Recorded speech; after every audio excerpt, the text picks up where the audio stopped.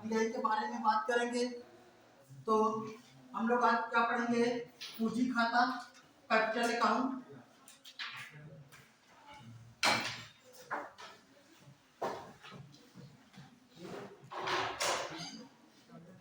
पूंजी खाता जिसे हम लोग कहते हैं कैपिटल अकाउंट।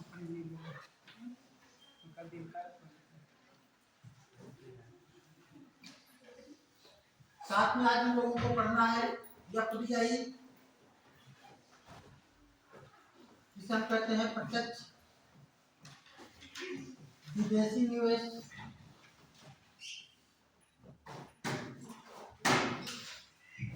और पढ़ेंगे व्यापार नियंत्रण के उपाय। साथ में हम लोग यहीं पे देखेंगे जे वक्र क्या होता है। ये कुछ टॉपिक आज हम लोग यहाँ पे डिस्कस करने वाले हैं। ठीक है, तो सबसे पहले पूंजी खाता। आप सभी लोग हेडिंग डाल दीजिएगा, पूंजी खाता।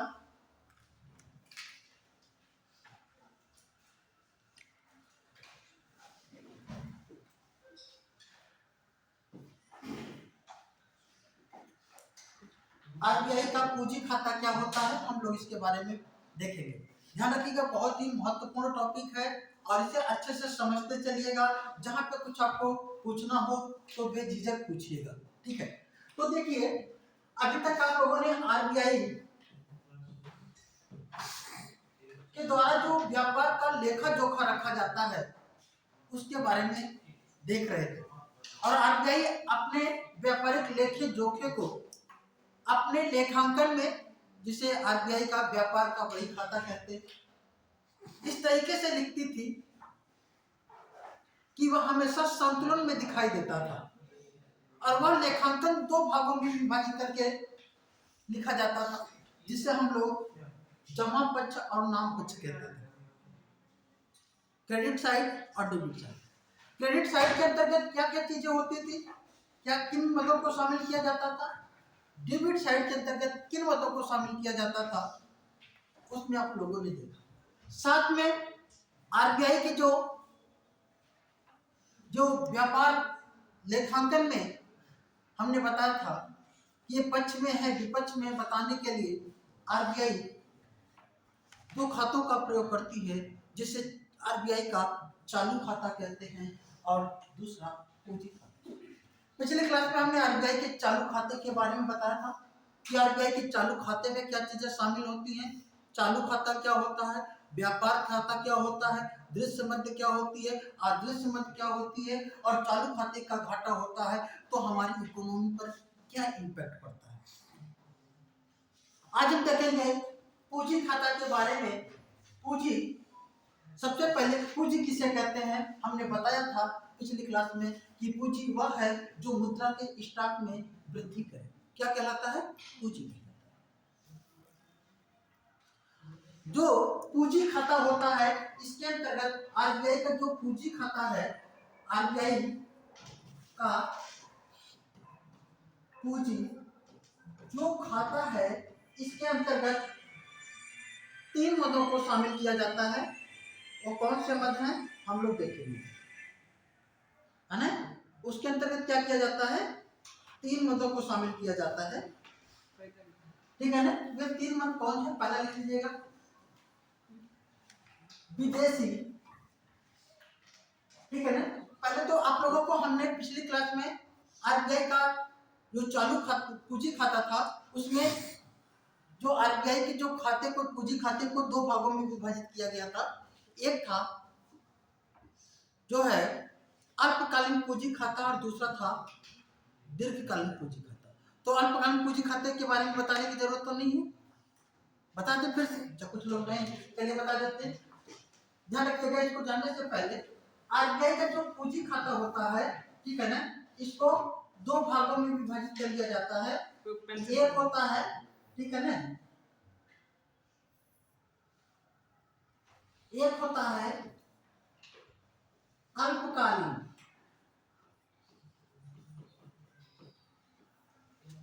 अल्पकालीन पूंजी खाता और दूसरा होता है दीर्घकालीन पूंजी खाता। दीर्घकालीन पूंजी खाता, ठीक है ना। ध्यान हमें है कि हमने लिखा था अल्पकालीन पूंजी खाता के अंतर्गत भारतीय बैंकों में विदेशी बैंकों या विदेशियों के द्वारा जमा की गई राशियों को शामिल किया जाता है। या हम यूँ कहें कि भारत में विदेशियों के द्वारा जो बैंकों में पैसे जमा किए जाते हैं उसे हम अल्पकालीन पूंजी खाता के अंतर्गत शामिल करते हैं, ठीक है ना। दीर्घकालीन पूंजी खाता, दीर्घकालीन पूंजी खाता आप लोगों को पढ़ना था, लॉन्ग टर्म कैपिटल अकाउंट के बारे में हम लोगों को जानना था। दीर्घकालीन पूंजी खाता के अंतर्गत आपको ध्यान रखना है, पहला है विदेशी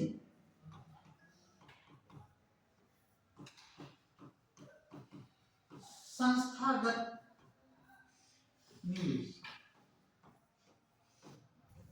विदेशी संस्थागत निवेश, इसे फॉरेन इंस्टीट्यूशनल इन्वेस्टमेंट कहा जाता है। शॉर्ट में इसे FII के नाम से जानते हैं, फॉरेन इंस्टीट्यूशनल इन्वेस्टमेंट, विदेशी संस्थागत निवेश। दूसरा आप लोग देखेंगे विदेशी प्रत्यक्ष निवेश या प्रत्यक्ष विदेशी निवेश।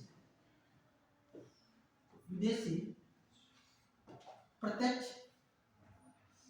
निवेश जिसे हम लोग कहते हैं FDI, फॉरेन डायरेक्ट इन्वेस्टमेंट दूसरा है। तीसरा है पोर्टफोलियो निवेश। Portfolio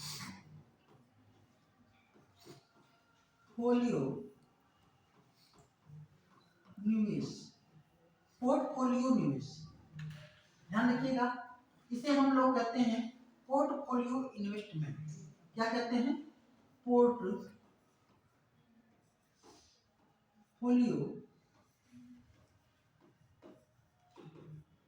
investment.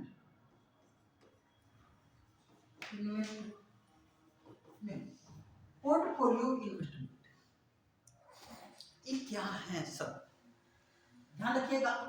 आपको इतना ध्यान रखना है, भारत के अंदर विदेशों से जो पूंजी आती है वो किन किन माध्यमों से आ सकती है।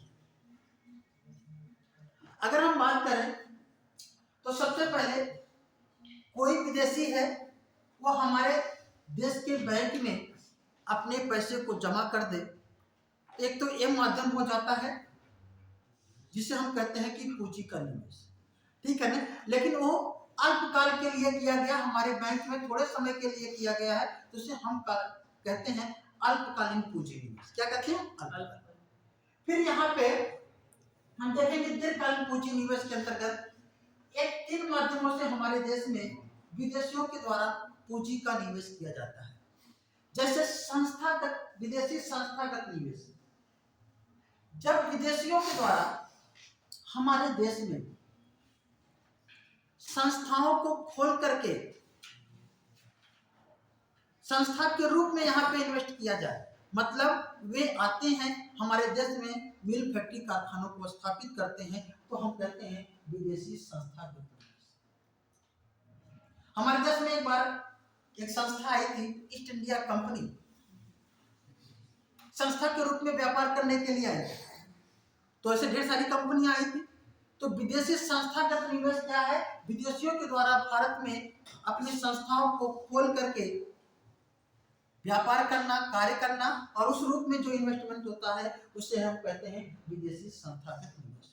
और ध्यान रखें, जितने भी निवेश होते हैं वो 2 तरीके के, एक आंतरिक निवेश होता है और एक बाह्य होता है। मतलब कि अगर हमारे देश के अंदर इन्वेस्टमेंट हो रहा है, पैसे आ रहे हैं, तो उसे हम आंतरिक निवेश कहते हैं। अगर हमारे देश के लोग बाहर लगा रहे हैं तो क्या हो जाएगा? बाह्य। मतलब कुछ विदेशी संस्थाएं हमारे देश में स्थापित हो रही होंगी और कुछ हमारे देश के पूंजीपति लोग विदेशों में भी संस्थाएं स्थापित कर रहे हैं, तो उसे हम कहेंगे विदेशी, है ना, बाह्य संस्थागत निवेश। जो बाहर हो रहा है और जो अंदर हो रहा है हम उसे कहेंगे विदेशी आंतरिक संस्थागत निवेश। लेकिन हम बाह्य और आंतरिक की बात नहीं करते हैं, क्योंकि हमारा मेन मुद्दा होता है कि हमारे देश में कितना निवेश किया जा रहा है, जिससे हम लोग प्रत्यक्ष विदेशी या मतलब विदेशी संस्थागत निवेश के रूप में देख सकते हैं। ठीक है ना। दूसरा है विदेशी प्रत्यक्ष निवेश या प्रत्यक्ष विदेशी निवेश भी इसे कहा जाता है। ठीक है ना। लोग जो भी कहें इसे क्या कहते हैं, फॉरेन डायरेक्ट इन्वेस्टमेंट, प्रत्यक्ष विदेशी एफडीआई। क्या होता है इसका फुल फॉर्म, एफडीआई। एफडीआई क्या होता है, ध्यान रखें, विदेशी संस्थाओं के द्वारा या विदेशियों के द्वारा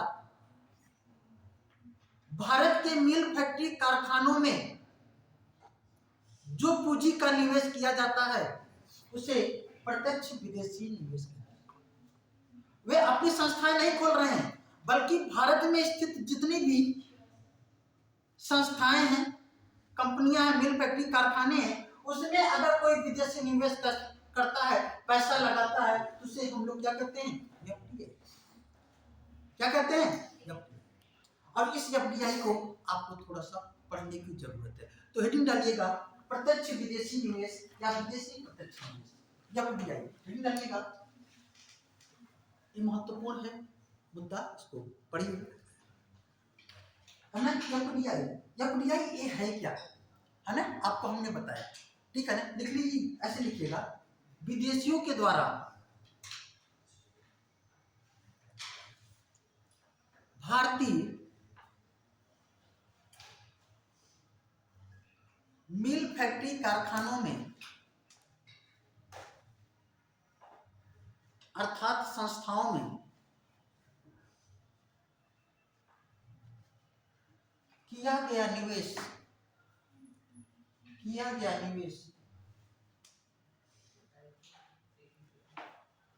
प्रत्यक्ष विदेशी निवेश ब्रैकेट में एफडीआई कहलाता है,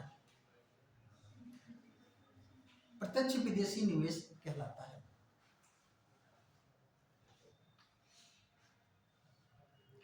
यह मुख्यतः दो प्रकार का होता है। पहला लिख लीजिएगा, बाह्य प्रत्यक्ष विदेशी निवेश, एक तो होता है बाह्य प्रत्यक्ष विदेशी निवेश और दूसरा होता है आंतरिक प्रत्यक्ष विदेशी निवेश।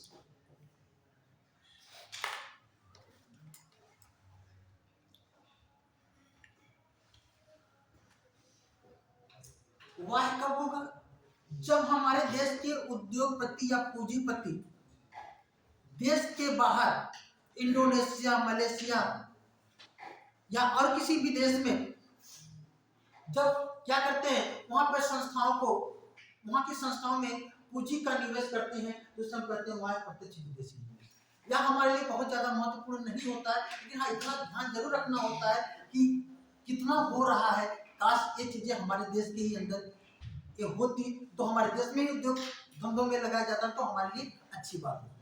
तो एक तो ये है, दूसरा क्या है, आंतरिक प्रत्यक्ष विदेशी निवेश, जिसे हम कहते हैं प्रत्यक्ष विदेशी निवेश या एफडीआई, जो हमारे देश के अंदर विदेशियों के द्वारा पूंजी का निवेश किया जाता है। ये महत्वपूर्ण है। ठीक है ना। तो हम लोग एफडीआई के बारे में पढ़ेंगे, आंतरिक प्रत्यक्ष विदेशी निवेश या हम कहते हैं प्रत्यक्ष विदेशी निवेश। लिखिएगा, भारत में प्रत्यक्ष विदेशी निवेश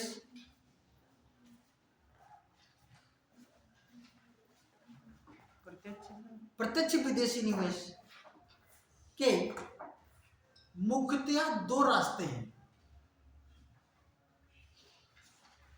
मुख्यतः दो रास्ते हैं,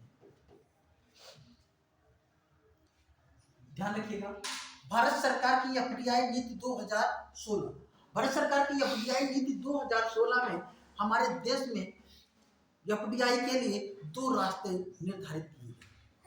वो दो रास्ते कौन है उसको आपको थोड़ा सा समझने की जरूरत है। अच्छा, अगर हमारे देश में एफडीआई हो रहा है तो हमारे देश के लिए अच्छी बात है या खराब बात है? सब लोग बोलो भाई, क्या है? अच्छी बात। मतलब हमारे देश में विदेशी पूंजी लग रही है तो हमारे देश के मिल फैक्ट्री कारखानों का विकास होगा और उससे यहाँ के लोगों को रोजगार मिलेगा, उत्पादन बढ़ेगा। यद्यपि बातें अलग है कि उसका एक अमाउंट विदेशों में जाएगा,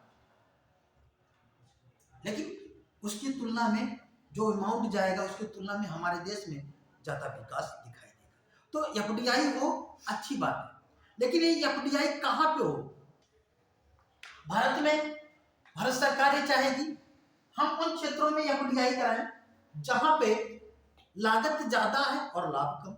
इस चीज को समझिएगा, लागत ज्यादा और लाभ कम। जहां पे लागत कम और लाभ ज्यादा है वहां पे खुद काम करें, वहां पे क्या करें? खुद थोड़ा सा पैसा लगाए और फायदे ज्यादा हो रहे हैं वहां पे हम खुद निवेश करें। और वहां पे जहां पे क्या हो, लागत ज्यादा हो लाभ कम हो, वहां पे हम एफडीआई कराने की कोशिश करें। यही तो हमारी स्ट्रेटजी होनी चाहिए। अच्छा, जो एफडीआई करेगा, जो हमारे देश में निवेश करेगा, उसका क्या सोच होगा? वो तो ये सोचेगा कि हम वहां पे निवेश करें जहां पे लागत कम हो और लाभ ज्यादा हो। वो ये सोचेगा कि जहां पे निवेश करें लगाया कम और लेकिन लाभ ज्यादा हो, और हम सोचेंगे वहां पर ना लगाए। दोनों अपने लाभ के बारे में सोचेंगे। दोनों की मनोदशा को समझिए। तो ऐसे में पहले भारत में जो एफडीआई थी, अलग अलग क्षेत्रों में अलग अलग एफडीआई निर्धारित की गई थी कि यहाँ पे 100% रहेगा, यहाँ पे 70% रहेगा, यहाँ पे 20% रहेगा, यहाँ पे 74% रहेगा। इस तरीके से निर्धारित था कि वहां पे इतनी पूंजी का निवेश किया जा सकता है। जब एफडीआई की नीति 2016 आई तो उसमें एफडीआई के लिए दो रास्ते बनाए गए। उन्हीं दो रास्तों को हम लोग समझेंगे। पहला रास्ता जो है उसे कहते हैं स्वचालित रूट। क्या कहते हैं? स्वचालित। लिख लीजिएगा, पहला रास्ता है स्वचालित रास्ता, या इसे इंग्लिश में कहते हैं ऑटोमेटिक रूट। स्वचालित रास्ता, ठीक है ना? लिख लीजिएगा। इस रास्ते के अंतर्गत एफडीआई करने से पूर्व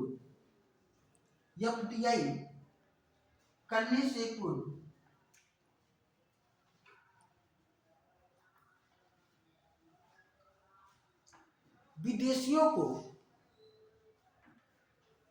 सरकार से अनुमति नहीं लेनी होती।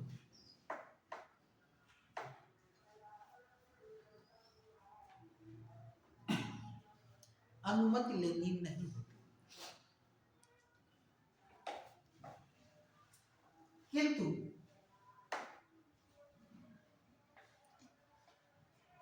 एफडीआई के एक माह के अंदर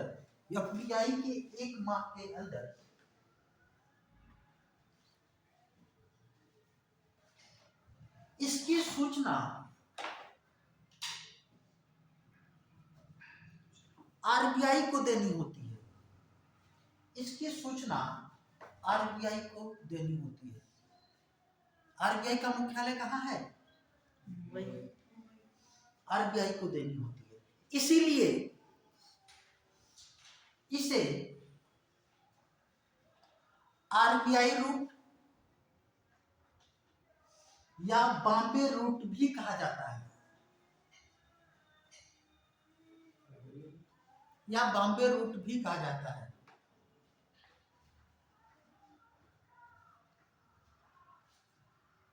मतलब कि विदेशी आए हमारे देश में, किसी से पूछने की जरूरत नहीं है, पूंजी का निवेश कर दे, पूंजी का निवेश कर दे, लेकिन निवेश करने के 1 महीने के अंदर इसकी सूचना किसको देनी होगी? आरबीआई कि हाँ हमने इस क्षेत्र में इतनी पूंजी का निवेश किया। आरबीआई चूंकि बॉम्बे में है, इसलिए इसे बॉम्बे रूट या आरबीआई रूट के नाम से भी जाना जाता है, क्योंकि यह रास्ता किससे होकर के गुजरता है? आरबीआई से। दूसरा लिखिएगा सरकारी रूट। सरकारी रास्ता या रूट इसे कहते हैं गवर्नमेंट रूट।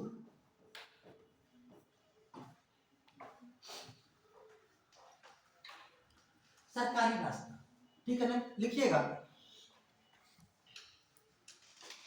ऐसे क्षेत्र जहां पे निवेश करने से पूर्व, जहां पे निवेश करने से पूर्व विदेशियों को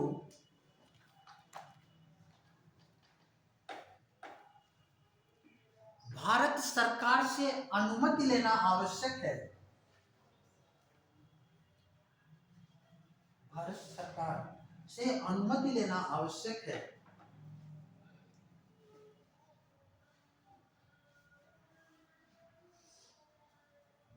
सरकारी रास्ता कहलाता है।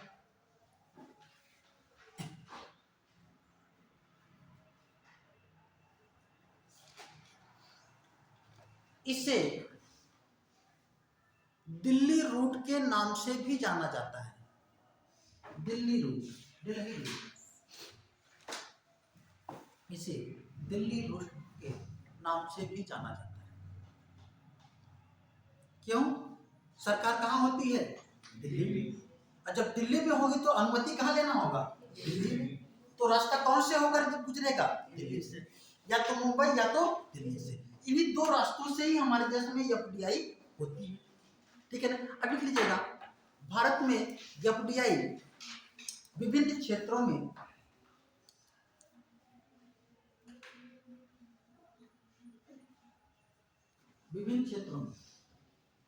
एक तरफ लिखिएगा क्षेत्र, फिर लिखिएगा सीमा, और फिर लिखिएगा रास्ता या रूट।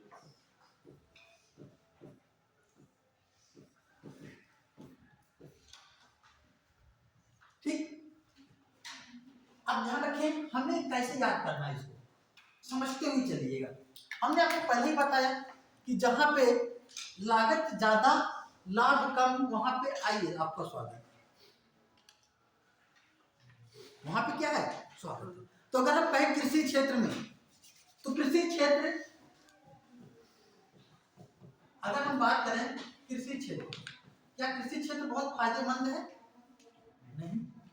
तो यहाँ पे एफडीआई की सीमा 100% है। कितनी है? 100%।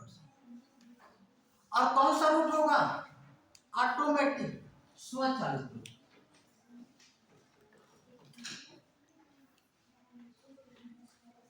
मतलब कृषि क्षेत्र में आइए, 100% निवेश कीजिए, कोई दिक्कत नहीं, और आप बता दीजिएगा निवेश करने के बाद, है ना? आरबीआई, क्योंकि लाभ यहाँ पे, ठीक है ना? ऐसे ही कहें कृषि क्षेत्र हो गया। अगर हम कहें सिंचाई, तो क्या होगा? 100%। कौन सा रास्ता?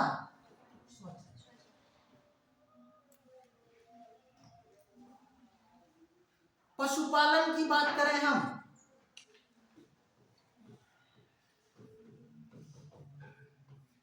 पशुपालन में एफडीआई की सीमा कितनी है? 100%।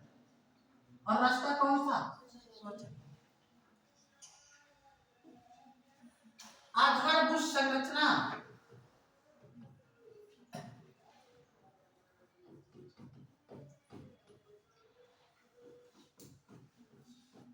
कितनी है? 100%। अच्छा, आधारभूत संरचना में क्या आता है? सड़क, नहर, पुल का निर्माण, ये सब के आधार का काम करते हैं। तो आधारभूत संरचना में 100%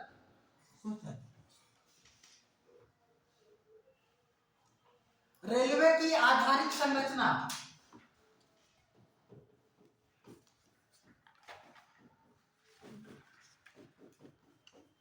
आधारिक संरचना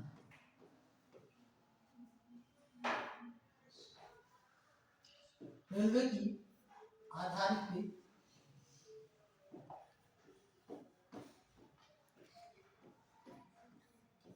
रेलवे की आधारिक संरचना की अगर हम बात करें तो रेलवे की आधारिक संरचना क्या है? रेलवे लाइन ही रेलवे की आधारिक संरचना है। अच्छा, रेलवे लाइन बिछाना फायदेमंद ज्यादा है कि ट्रेन चलाना ज्यादा फायदेमंद? ट्रेन चलाना पड़ता है, जब रेलवे लाइन होगी तभी तो ट्रेन चलेगी। लेकिन अगर आपसे कहा जाए, आपको दो काम दिया जाता है, एक तो रेलवे लाइन बिछाने का काम, या रेलवे स्टेशन पे आपको एक रेस्टोरेंट खोलने का काम, कौन सा काम चुनेंगे? कौन सा? रेस्टोरेंट। क्यों? उसमें लागत कम है और लाभ ज्यादा है। और रेलवे लाइन बिछाने में लागत ज्यादा है और लाभ कम। तो रेलवे की आधारिक संरचना तो रेलवे लाइन ही है। रेलवे लाइन का जहां पे भी विकास होगा, कहा जाता है कि रेलवे की आधारिक संरचना का विकास है। तो यहाँ पे एफडीआई कितनी होनी चाहिए? 100%। और किस रास्ते से? स्वच्छ। आओ ठीक है, लगाओ। ठीक। अब यहाँ पे और भी देख लें हम लोग, जो बैंकें हैं, और खास करके हम बैंकों की बात करते हैं, निजी क्षेत्र के बैंक, निजी क्षेत्र के बैंक, निजी क्षेत्र के बैंकों में एफडीआई की सीमा कितनी है? 74%। कितनी? 74%। ठीक है ना? और वो भी क्या है? 74% है, लेकिन यहाँ पे 50% तक स्वचालित रूट, और इसके बाद 50 नहीं, इसको 49 तक लिखिएगा, है ना? 49 तक स्वचालित, इसके ऊपर सरकारी रूट।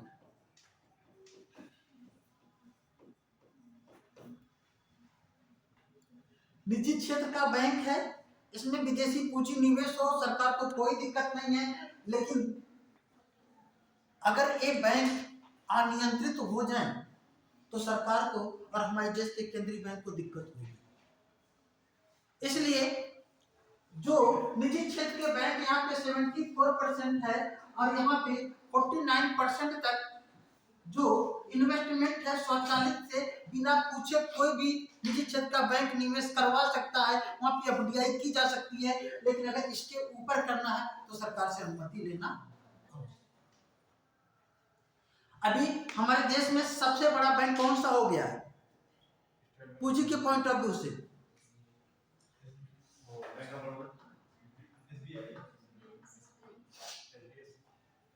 एचडीएफसी। एचडीएफसी सबसे बड़ा बैंक हो गया है। दूसरे स्थान पर कौन सा है आपका? एसबीआई। और तीसरे स्थान पे आईसीआईसीआई। इसका मतलब हम सबसे अगर बड़े बैंकों की बात करें तो एचडीएफसी भले प्राइवेट सेक्टर का है। एचडीएफसी में जो पूंजी का निवेश है 74% एफडीआई है वहां। आईसीआईसीआई में 67%। घटाते बढ़ाते हो, इस समय हो सकता है घट बढ़ गया हो, लेकिन हम बता रहे हैं कि इतना था। ये दो बैंक जो एचडीएफसी है और आईसीआईसीआई है, इन दोनों बैंकों को कहीं पर नोट कर लीजिएगा, इसे भारत कंट्रोल्ड बैंक कहा जाता है। इंडिया कंट्रोल्ड या भारत कंट्रोल्ड बैंक कहा जाता है। Bharat controlled bank.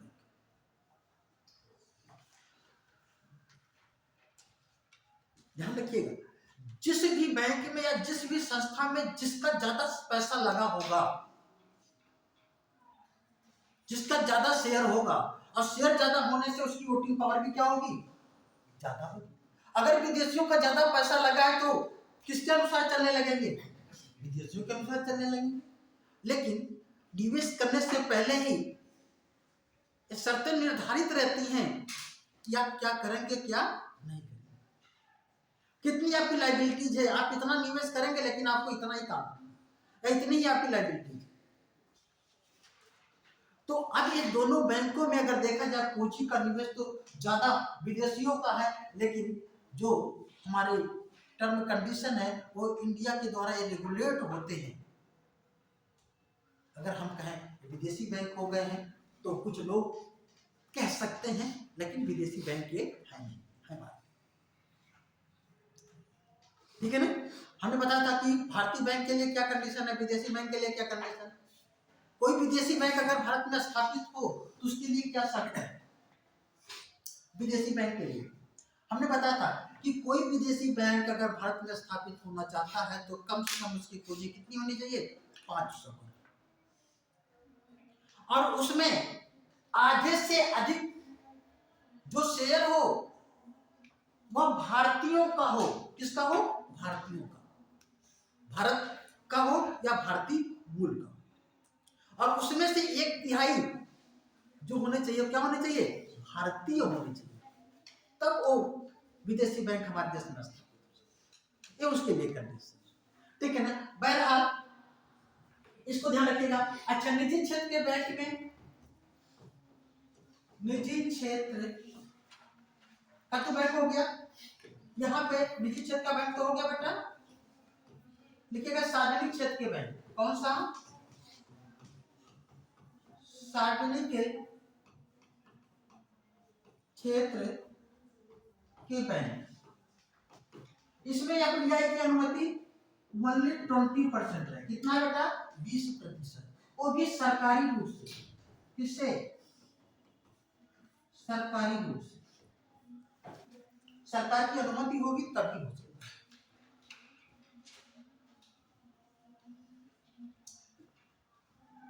लिख लीजिएगा, मीडिया, मीडिया क्षेत्र में, मीडिया लिख लीजिएगा 49%, वो भी सरकारी रूप से, हाँ,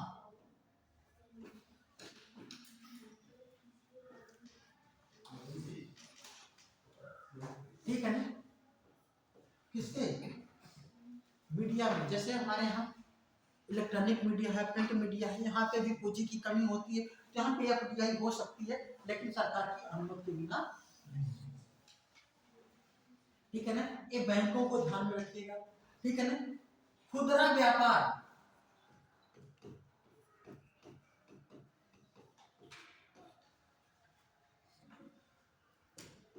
%51, हाँ 51%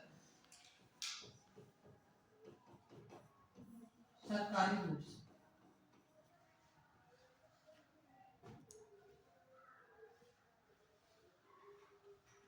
इस तरीके से आप जो है एफडीआई उन क्षेत्रों में कितना है आप याद कर सकते हैं, ठीक है ना।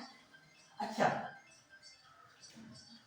अब हम लोग इसको किसके अंतर्गत पढ़ते थे, पूंजी खाते के अंतर्गत, ठीक है ना। अब पूंजी खाते में ही एक और भी है, पोर्टफोलियो निवेश। क्या है, पोर्टफोलियो निवेश। पोर्टफोलियो निवेश क्या होता है,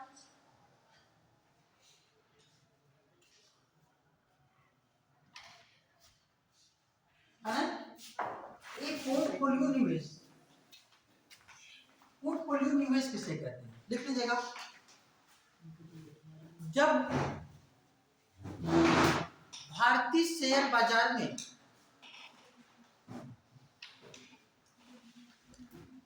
विदेशियों के द्वारा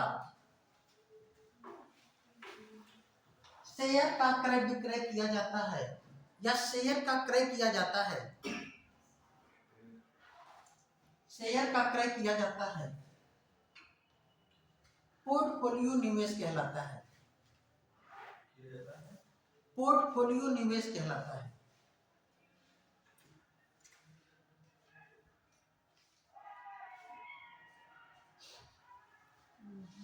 क्या कहलाता है? पोर्टफोलियो। ध्यान रखिएगा, इस इतने माध्यम है हमारे देश में क्या है, विदेशी पूंजी के आने के, ठीक है ना। अब हम लोग देखेंगे यहाँ पे लिखेगा पूंजी खाते पर मुद्रा की परिवर्तनीयता, लिख जानिएगा पूंजी खाते पर मुद्रा की परिवर्तनीयता।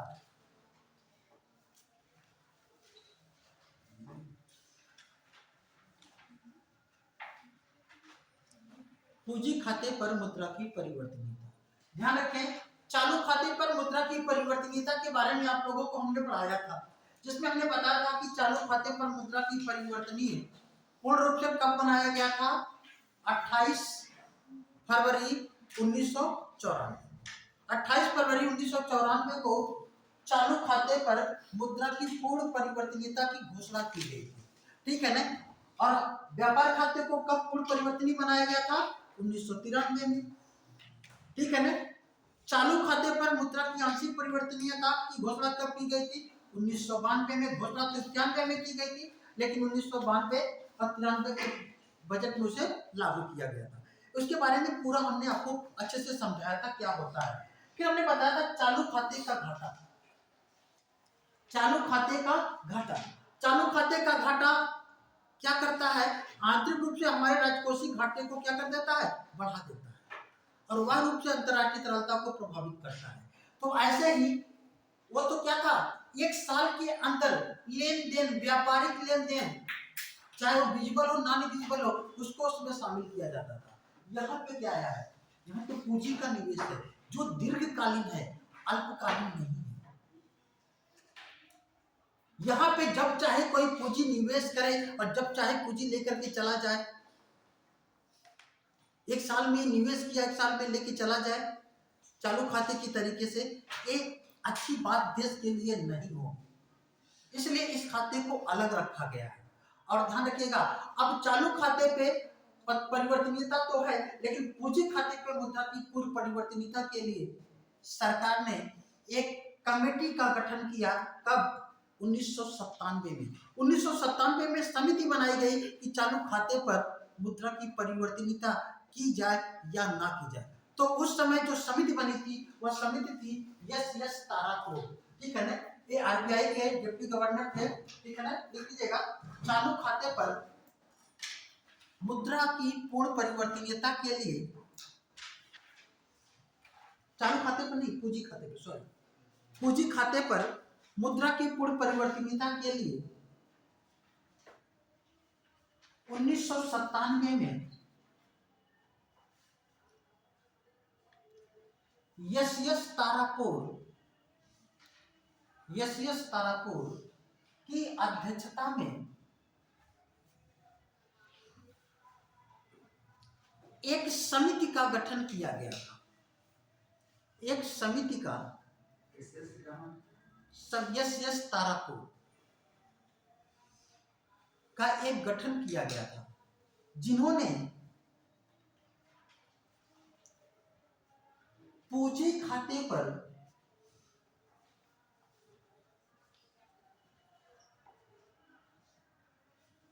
मुद्रा की पूर्ण परिवर्तनीयता से पूर्व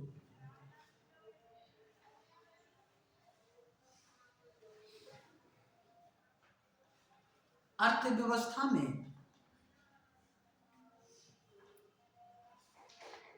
निम्नलिखित लक्ष्य को प्राप्त करने का सुझाव दिया था। निम्नलिखित लक्ष्य प्राप्त करने का सुझाव दिया था।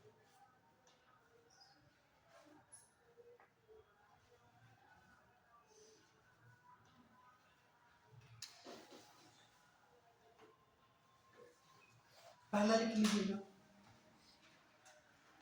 भारत में बैंकों की स्थिति मजबूत करते हुए उनका एनपीए एनपीए 3% से अधिक ना हो, एनपीए 3% से अधिक ना हो। दूसरा, मुद्रास्फीति की दर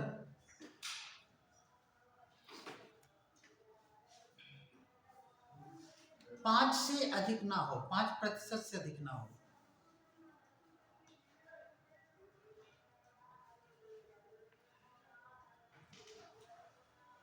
राजकोषीय घाटा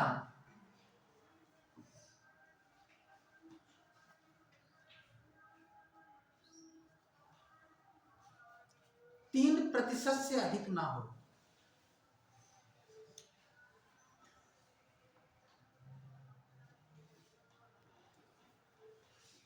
अगला, आरबीआई के कोष में कम से कम 26 बिलियन डॉलर हो, 26 बिलियन डॉलर का रिजर्व हो। हाँ, बिलियन लिखिएगा, बिलियन डॉलर का रिजर्व हो।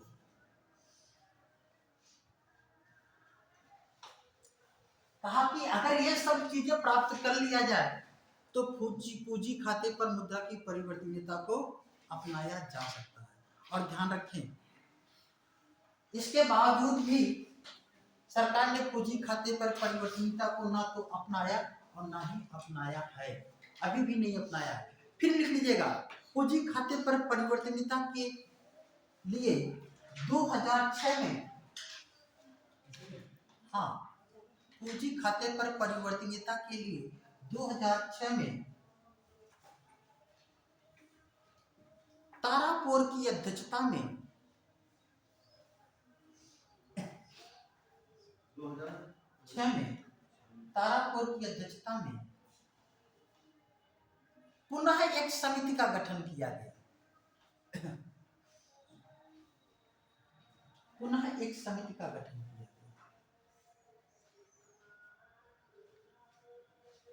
जिसमें इन्होंने निम्नलिखित सुझाव दिए।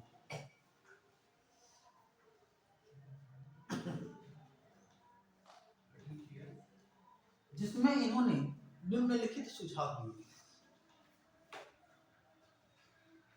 क्या कहा, लीजिएगा। पहला,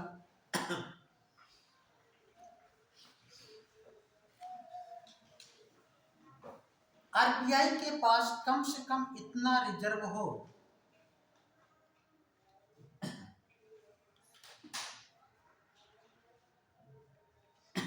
कम से कम इतना रिजर्व हो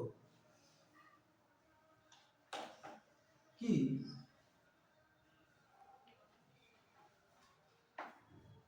कम से कम इतना रिजर्व हो कि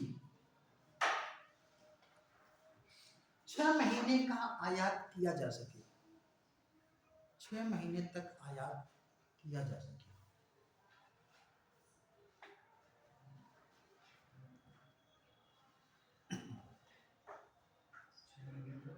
आयात किया जा सके। दूसरा, राजकोषीय घाटा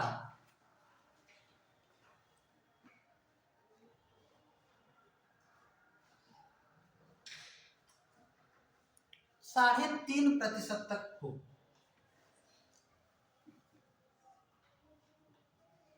यहां तक होना चाहिए, कोई दिक्कत नहीं है। बैंकों का एनपीए, अगला पॉइंट, बैंकों का एनपीए 3 से 5% के बीच में हो।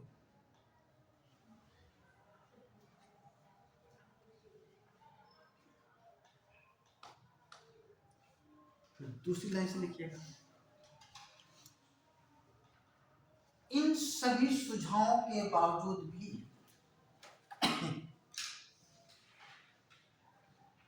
भारत सरकार ने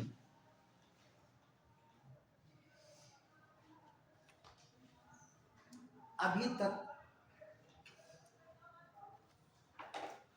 पूंजी खाते पर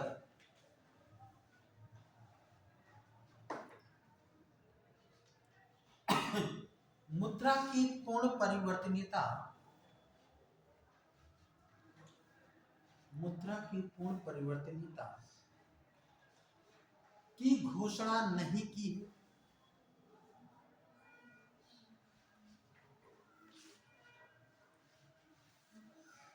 यद्यपि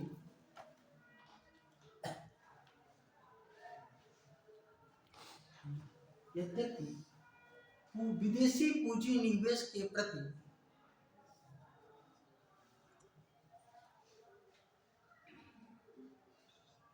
सरकार की नीतियां दिन प्रतिदिन उदार होती चली गई, दिन प्रतिदिन उदार होती चली गई, दिन प्रतिदिन उदार होती चली जा रही है या चली गई।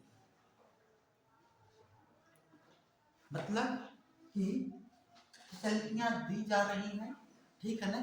फैसिलिटी क्या है कि आपका पैसा सुरक्षित है, आप निकाल सकते हो, लेकिन एक का ध्यान रखिएगा, पूंजी खाते के ये व्यवस्था नहीं दी जा सकती कि कोई आया हमारे देश में, एक मिल फैक्ट्री कारखाना लगाया, इस्टेब्लिश हुआ और इसके बाद फिर जा रहा है, कह रहा है कि भैया हम जा रहे हैं, जो पैसा हमने आपके देश में लगाया है हमको चाहिए।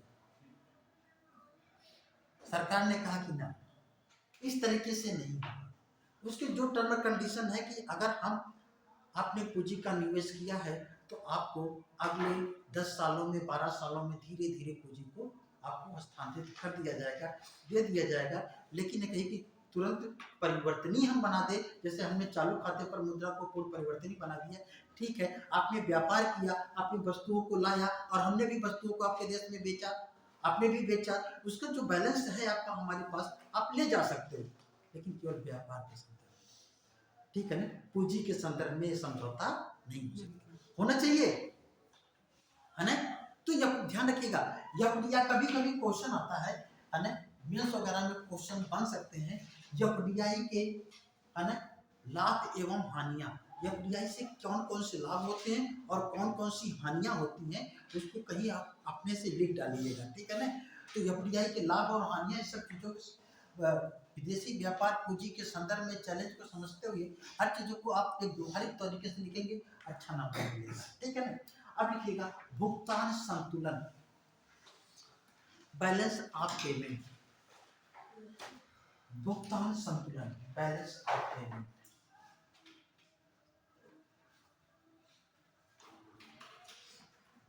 ध्यान रखिएगा, ये जो हमारा चालू खाता है और पूंजी खाता है, इसी के ही आधार पर आरबीआई अपने भुगतान संतुलन को प्रदर्शित करती है कि हम पक्ष में हैं या विपक्ष में।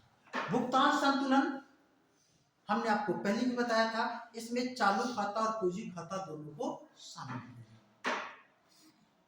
भुगतान संतुलन की 3 अवस्थाएं हो सकती हैं, चौथी अवस्था नहीं हो सकती। पहली अवस्था ये हो सकती है कि हमारा निर्यात ज्यादा हो, आयात कम हो, सब मिला जुला करके हम सरप्लस में हो। किसमें हो? सरप्लस में। अधिक के हो, क्या हो? अधिक के हो, हम फायदे में हो, जो कि है नहीं, और है भी नहीं, बहुत दिनों से नहीं।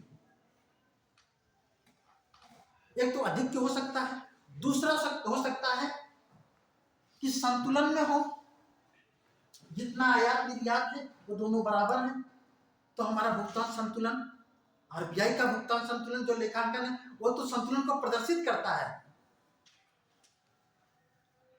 कि जितना आया कितना गया, जो उसकी लेखांकन, जो उसकी बैलेंस शीट है, बैलेंस शीट हमेशा संतुलन को प्रदर्शित करती है। या तो क्या हो, संतुलित हो, या तो तीसरा क्या स्थिति हो सकती है, प्रतिकूल हो। क्या हो? प्रतिकूल। तो हमारा जो भुगतान संतुलन है आरबीआई का, हम कह सकते हैं जो भुगतान संतुलन है वह क्या है, वर्तमान में प्रतिकूल है, और ये प्रतिकूलता बहुत दिनों से ही बनी चली। इस प्रतिकूलता को क्या करना होगा, अपने अनुकूल करना होगा। क्या करना होगा? अनुकूल।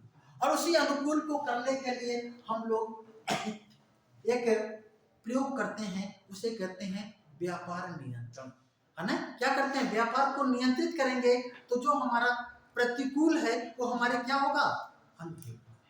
तो हम लोग देखेंगे व्यापार नियंत्रण, हेडिंग डालिएगा व्यापार नियंत्रण के उपाय, व्यापार नियंत्रण के उपाय, व्यापार नियंत्रण के उपाय, व्यापार नियंत्रण के उपाय। व्यापार नियंत्रण के कौन कौन से उपाय हो सकते हैं उसके बारे में हम लोग बात करेंगे, एकदम समझते हुए चलेंगे, है ना। बहुत ही इजी लैंग्वेज में हम लोग पढ़ेंगे और समझते हुए चलेंगे जिससे आपको कोई दिक्कत ना हो। देखिए यहाँ पे अगर हम कहें व्यापार नियंत्रण के उपाय, तो हम कहें यहाँ पे ट्रेड कंट्रोल, व्यापार को नियंत्रित क्यों करना आवश्यक है आपने समझ लिया। अब इसके लिए हम लोग क्या क्या कर सकते हैं, है ना, क्या क्या एंगल हो सकता है। तो पहला लिख लीजिएगा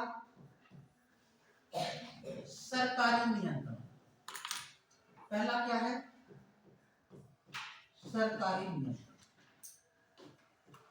जो आप लोग कहते हैं सरकार को ऐसा करना, क्या है, सरकारी नियंत्रण।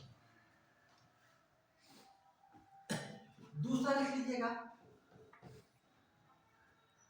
प्रशुल्क,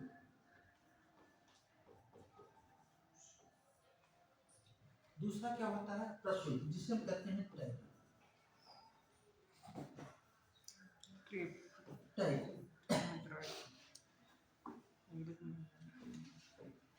तीसरा है आपका अभ्यंश, क्या बेटा, अभ्यंश।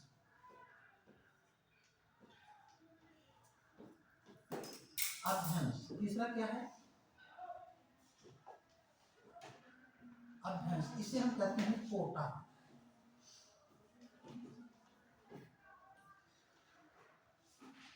और जो चौथा है इसे कहते हैं विनिमय नियंत्रण,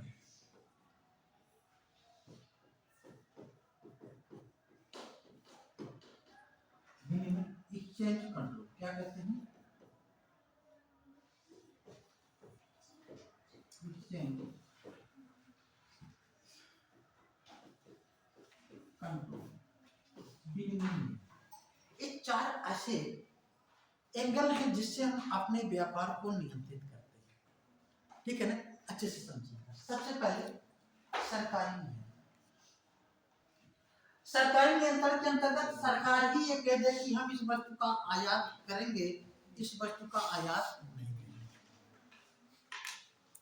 सरकार एक घोषणा कर दे कि हम चाइना से कोई भी सामान नहीं मंगाएंगे या हम अमेरिका में कोई सामान नहीं बेचेंगे, सरकार यह घोषणा कर दे। सरकार में नियंत्रण नहीं हो सकता, सरकार अपने स्तर पे करे, जो कि ये व्यवहारिक नहीं है। क्यों व्यवहारिक नहीं है, क्योंकि भारत सरकार अंतरराष्ट्रीय संधियों समझौतों के तहत बंधा हुआ है कि हम किसी भी देश के आयात पर कोई प्रतिबंध नहीं लगाएंगे, ना ही हम अपने निर्यात पर किसी भी प्रकार के प्रतिबंध को सहन करेंगे। मतलब आयात और निर्यात को हम प्रभावित नहीं कर सकते, ठीक है ना। तो इस तरीके के अंतरराष्ट्रीय संधि समझौतों के तहत ये जो सरकारी नियंत्रण है ये प्रभावी, अगर ऐसा करेंगे तो अंतरराष्ट्रीय बिरादरी में हमारी इमेज खराब होगी, और जब इमेज खराब होगी तो लोग कोई हमारे साथ खड़ा नहीं होगा। और इसी इमेज को बनाए रखना सभी देशों को अच्छी बात है, लेकिन कुछ देश ऐसा नहीं करते हैं, वो कहते हैं इमेज थोड़ा सा खराब ही हो जाए तो क्या फर्क पड़ता है, लेकिन हमारा फायदा हो जाना चाहिए, जिसमें से कि चाइना एक है, ठीक है ना, चाइना एक है, हम लोग उसकी भी बात करेंगे, ठीक है ना। फिर बात करते हैं प्रशुल्क की। प्रशुल्क क्या होता है, ठीक है ना, इसे लिख लीजिएगा प्रशुल्क, ठीक है ना, प्रशुल्क,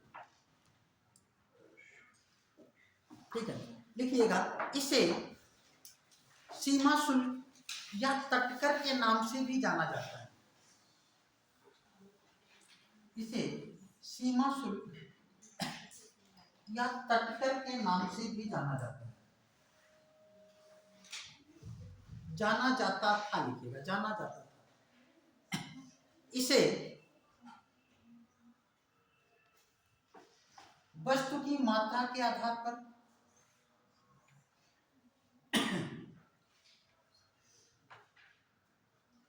वस्तु के मूल्य के आधार पर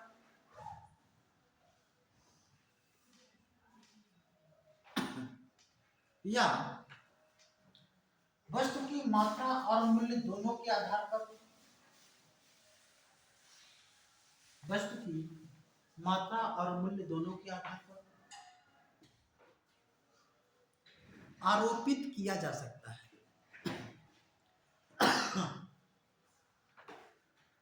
आरोपित किया जा सकता है।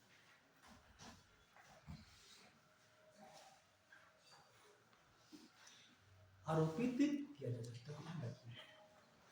प्रशुल्क, प्रशुल्क शुल्क तो कहा जाता है तो समझ में आता है। शुल्क में भी जब विशेष प्रकार का शुल्क लगता है तो उसे प्रशुल्क कहते हैं। इसे तटकर कहा जाता था पहले, सीमा शुल्क, बाद में कहा गया सीमा शुल्क। तो समय सीमा शुल्क तो लगता है, सीमा शुल्क के अलावा भी जब शुल्क लगे तो उसे प्रशुल्क कहते हैं। इसे सीमा कर क्यों नहीं कह सकते? दरअसल में पहले जब वस्तुओं के आयात और निर्यात पर कर लगता था तो उसे हम लोग सीमा कर ही कहते थे, चाहे आयात करें चाहे निर्यात, उसे सीमा कर ही कहा।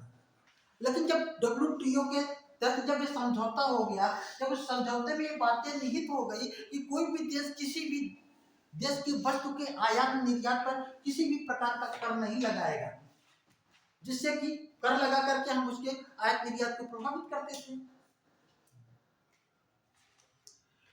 कर जब नहीं लगाएगा तो उसके तहत सीमा कर लगाने का जो है अधिकार खत्म हो गया।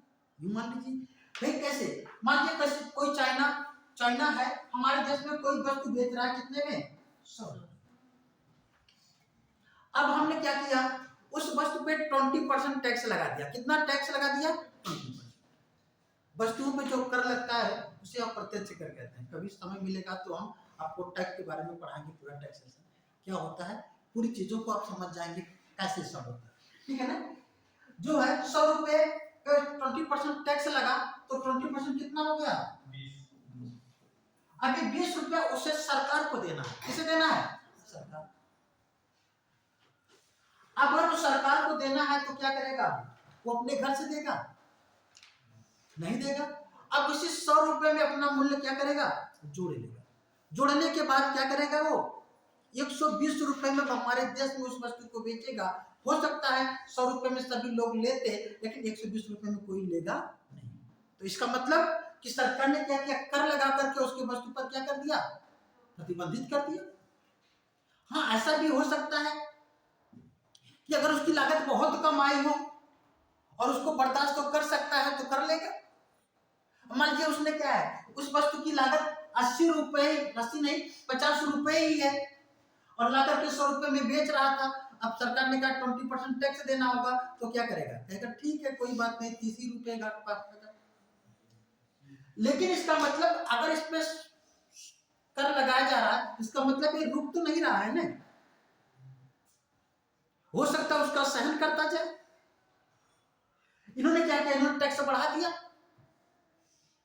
तब उसकी लाभप्रदता कम होती जाएगी। अब कहा कि 50% टैक्स, 50 रुपया उनको दे देंगे, 50 रुपया लागत, तो फायदा क्या होगा? बेचने के लिए आएगा नहीं। और कहीं कहेगा कि 60% टैक्स तो सीमा से ही लौट जाएगा, वापस हो जाएगा कि नहीं। इसका मतलब ये जो कर है, वस्तुओं की सीमा, वस्तुओं पर जो सीमाओं पे जो कर लगता है उसे हम सीमा कर कहते थे, लेकिन अब उसे हम सीमा कर नहीं कह सकते। क्यों? अगर कर तो लगाना प्रतिबंधित है तो हम लोगों ने जुगाड़ देखा, तो हम लोग क्या लेंगे? कर नहीं लेंगे, हम लोग शुल्क लेंगे। शुल्क क्या होता है? कर और शुल्क में अंतर है। कर किसे कहते हैं? कर सरकार के द्वारा लिया जाने वाला अनिवार्य रूप से वह वस्तु या मुद्रा है जिसके बदले सरकार कुछ देने की गारंटी नहीं देती, वह कर है। यद्यपि उस कर को लेने का उद्देश्य सरकार का केवल यही होता है कि वह लोक कल्याणकारी कार्यों में करेगी, आपके लिए काम करेगी, लेकिन वो करेगी कि नहीं करेगी इसकी गारंटी नहीं। शुल्क क्या होता है? शुल्क किसी वस्तु व सेवा के उपभोग के बदले, किसी वस्तु व सेवा के उपभोग के बदले दी जाने वाली वस्तु या मुद्रा जिससे वह व्यवस्था चलती रहे, शुल्क कहलाता है। जिससे क्या है, वह व्यवस्था चलती रहे, वो शुल्क कहलाता है। मतलब किसी वस्तु का अगर आपने या सेवा का उपभोग किया और वस्तु और सेवा का जो उपभोग किया उसकी उपादेयता के बराबर, मतलब उसकी उपयोगिता के बराबर अगर आपने भुगतान कर दिया तो वह उस वस्तु की कीमत होगी। क्या हो गई? कीमत। वस्तु की कीमत क्या होती है? किसी वस्तु की कुल उपयोगिता के बराबर, मतलब जो जितना हमारे लिए वह यूजफुल हो उसके बराबर जब हम भुगतान कर देते हैं तो हम क्या कहते हैं? उस वस्तु की कीमत। कीमत अलग है, उसकी उपयोगिता के बराबर दिया जाता है, जबकि शुल्क उपयोगिता के बराबर नहीं दिया जाता है। शुल्क क्या होता है? उपयोगिता के बराबर नहीं, बल्कि इतना दिया जाता है जिससे देने वाले को यह आभास हो कि हमने कुछ लिया है और वो व्यवस्था केवल चलती है। जैसे आप एक रेस्टोरेंट में खाना खाने जाते हैं तो वहां पे उस खाने की कीमत देते हैं। क्या देते हैं? शुल्क नहीं देते हैं, कीमत। जितना खाना आपके लिए फायदेमंद, जितना आपके लिए वो उपयोगी होगा उतना ही उसकी कीमत देंगे। कम होगा तो कम देंगे, नहीं तो जाएंगे ही नहीं। लेकिन एक विद्यालय में आप यूनिवर्सिटी में एडमिशन लेते हैं तो आपको वहां पे जो शिक्षा मिलती है वो अमूल्य होती है। उस शिक्षा से क्या होता है? आपका बहुत बड़ा काम होता है। आप 6 महीने, साल भर, 2 साल, 4 साल पढ़ते हैं और उससे पूरे जीवन आप पैसा कमाते हैं। उस यूनिवर्सिटी में पढ़ाने वाला जो प्रोफेसर है, क्या उस प्रोफेसर की सैलरी आपकी फीस से दी जा सकती है? नहीं दी जा सकती। केवल बच्चों की फीस से इतनी ही व्यवस्था हो सकती है, स्टेशनरी का काम, साफ सफाई, इससे ज्यादा नहीं। तो आपने वहां पे उसकी कुल उपयोगिता, शिक्षा की कुल उपयोगिता के बराबर भुगतान नहीं किया तो क्या है? वो शुल्क है। अब जहां पे आज बैठ करके आप लोग पढ़ रहे हैं ना, इतनी व्यवस्था को लेने के लिए आपको हजारों रुपए खर्च करने पड़ते हैं, लाखों रुपए खर्च करने पड़ते हैं। इसका ये मतलब ये नहीं कि आपको खर्च नहीं करना पड़ रहा है तो फ्री में है, नहीं। ये जो चल रहा सिस्टम है इसको सरकार इस पे पैसा खर्च कर रही है। इतने टीचर पढ़ाते हैं, इतनी बिल्डिंग है, इतना सब व्यवस्था दी गई है, उसमें एक बहुत अच्छा खासा खर्च आता है। आप लोगों को इसका सरकार को धन्यवाद करना चाहिए और अपने आप को भी धन्यवाद करना चाहिए कि कम से कम अवसर मिला है। हम लोगों को इस अवसर से हम लोग वंचित रहे हैं कि कोई फ्री में पढ़ा दे, कोई योजना ही नहीं थी। लेकिन फिर भी आप लोग कंटिन्यू क्लास में नहीं रहते, बहुत कम, बहुत कभी कभी ये लगता है कि इतने योग्य टीचर पढ़ाते हैं आपको और इन्हीं लोगों से पढ़ने के लिए आपको बहुत ज्यादा शुल्क देना पड़ेगा।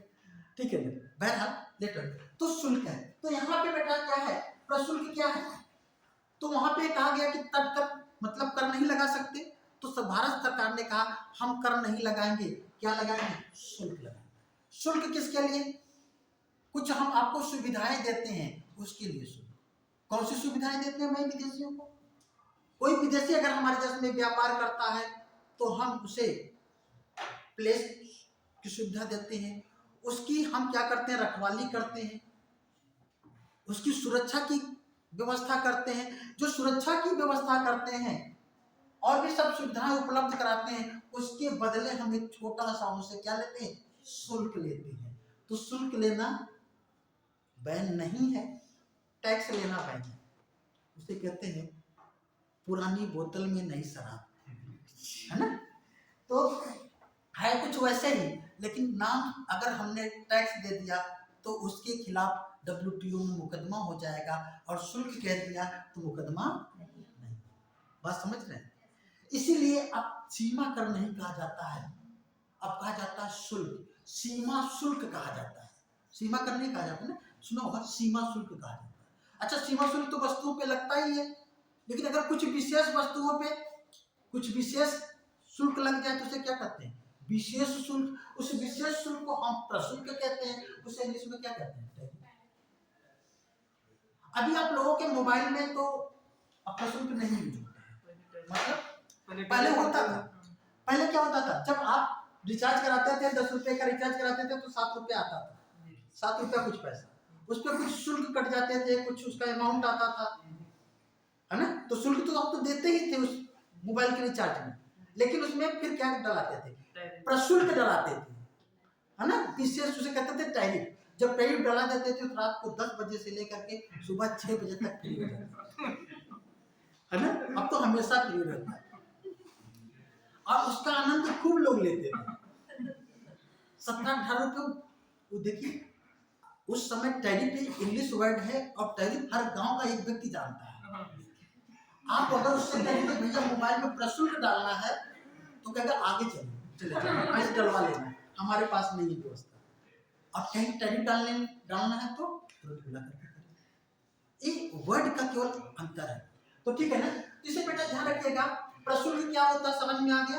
और प्रशुल्क को किसके आधार पर, वस्तु की मात्रा के आधार पर, 1 कुंटल है, 2 कुंटल है, 10 कुंटल है, या कितने अमाउंट का है, 1 लाख, 2 लाख, 10 लाख का, उस अमाउंट के आधार पर प्रशुल्क को क्या है लगाया जा सकता है, या दोनों के आधार पर प्रयोग किया जा सकता है। लेकिन यह जो प्रशुल्क है किसी वस्तु के आयात निर्यात को पूर्णतः प्रतिबंधित कर दे, ये संभव नहीं है। हाँ, प्रभावित कर सकता है, लेकिन कोई भी दूसरा देश क्या है निर्यात करने के लिए घाटा उठा करके निवेश निर्यात कर सकता है। बात समझ में आ रही है। तीसरा है अभ्यंश, जिसे क्या कहते हैं, कोटा। लिख लीजिएगा कोटा के बारे में। अभ्यंश, अभ्यंश तो नाम नहीं सुना होगा, सुना है ना।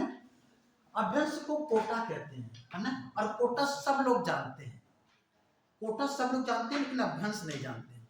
लिख लीजिएगा, यह वस्तु के आयात और निर्यात, यह वस्तु के आयात और निर्यात दोनों पर लगाया जाता है।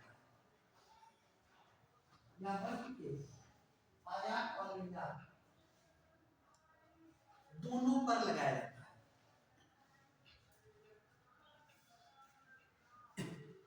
सामान्यतः सरकार इसका प्रयोग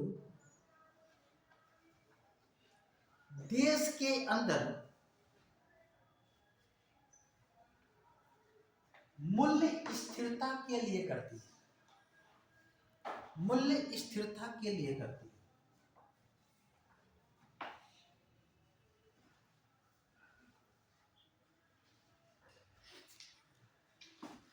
किसके लिए, मूल्य स्थिरता के लिए करती है, ठीक है ना। एक कोटा क्या है, सरकार क्या करती है, इसका प्रयोग किसके लिए करती है, मूल्य स्थिरता के। ठीक, लिखिएगा, यह व्यापार नियंत्रण का सबसे प्रभावी कदम माना जाता है।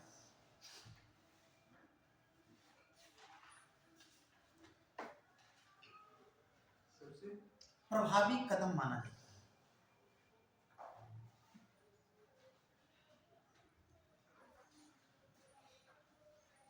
यही क्वेश्चन दे दे, निम्न में से व्यापार नियंत्रण का सबसे प्रभावी कदम कौन सा है, या प्रभावी कौन है, तो कौन सा है,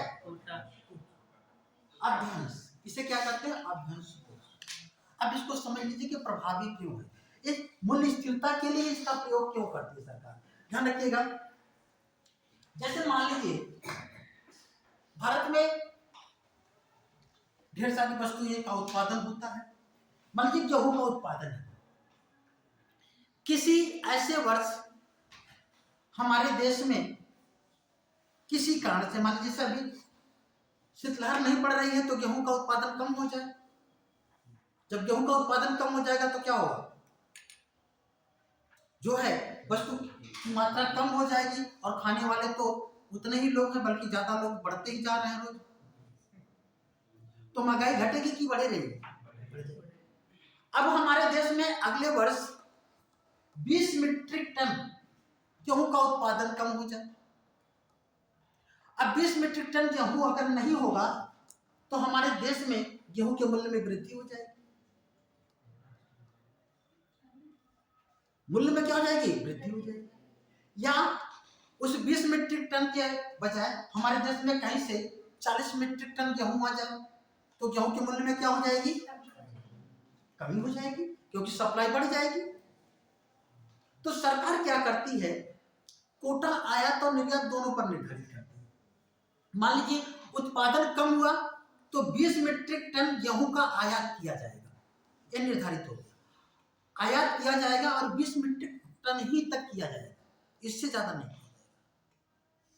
अब ये कहां से किया जाएगा ये निर्धारित नहीं है। अमेरिका से, कनाडा से, ऑस्ट्रेलिया से, कहीं से भी हमने गेहूं मंगा लिया, 20 मीट्रिक टन जैसे ही पूरा हुआ आयात।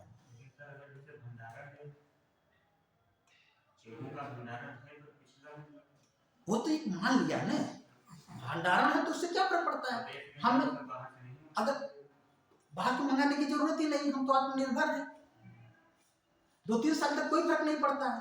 हमने तो कहा कि मान लिया तो कम उत्पादन हुआ और हम मान लें कि हमारे पास भंडारण नहीं है तो खरीदेंगे ही ना, ये तो मानने वाली बात है ना। हम ना मानो तो फिर एक न एक तो एंगल लगा ही रहते, ठीक है ना। तो मानना बहुत ज्यादा जरूरी होता है, ठीक है ना। तो अब देखिए, अगर मान लीजिए तो क्या होगा, अब 20 मीट्रिक टन तो गेहूं के मूल्य में क्या होगी, कोई वृद्धि नहीं होगी, नहीं होगी ना, उतने भी रहेगा। अगर मान लीजिए ऐसे ही हमारे देश से कोई वस्तु निर्यात हो रही है, जैसे प्याज है, प्याज अगर हमारे देश से 20 कुंटल अगर निर्यात हो जाता कोई दिक्कत नहीं, लेकिन अगर 25 कुंटल हो जाए, 30 कुंटल हो जाए तो हमारे देश में प्याज का मूल्य बढ़ जाएगा। सरकार ने निर्धारित कर दिया कि कोटा कि 20 कुंटल ही प्याज निर्यातित होगी, इससे ज्यादा नहीं होगी। अगर इससे ज्यादा होगी तो फिर ठीक नहीं होगा, ठीक है ना। तो फिक्स हो गया, तो उससे क्या होगा, उससे वस्तु के मूल्य में स्थिरता बनी रहेगी, ठीक है ना। एक कोटा है, इससे क्या होगा, व्यापार नियंत्रण के प्रभावी तरीका इसलिए कहा जाता है कि हमने जितना आयात करना था, जितना निर्यात करना था कर लिया, इसके बाद बंद। तो व्यापार नियंत्रण का सबसे प्रभावी तरीका कौन सा होता है, वह क्या होता है, अभ्यंतर। अभ्यंश भी लिख लीजिएगा, अभ्यंश, अभ्यंश भी वस्तु की मात्रा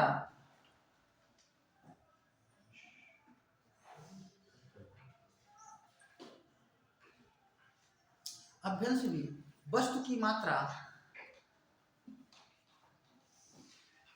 वस्तु की मूल्य एवं वस्तु की मात्रा और मूल्य एवं वस्तु की मात्रा और मूल्य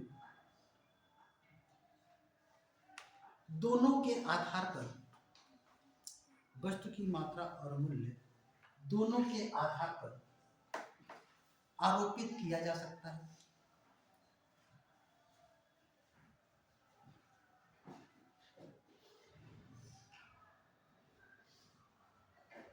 दोनों के आधार पर नियंत्रित किया जा सकता है, मतलब ठीक है। अब लिखिएगा विनिमय नियंत्रण, ये बहुत ही इंपॉर्टेंट है। विनिमय नियंत्रण, एक्सचेंज कंट्रोल,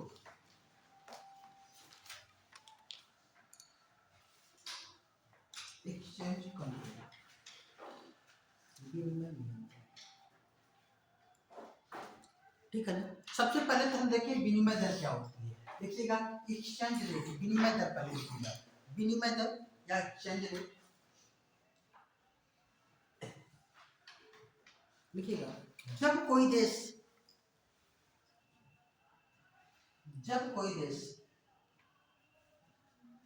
अपनी मुद्रा के बदले अन्य देश की मुद्रा का जो भुगतान करता है, अन्य देश की मुद्रा का जो भुगतान करता है या जितनी मात्रा में भुगतान करता है वह जो भुगतान करता है वह उस देश की मुद्रा के सापेक्ष विनिमय दर कहलाता है। वह उस देश की मुद्रा के सापेक्ष विनिमय दर कहलाता है।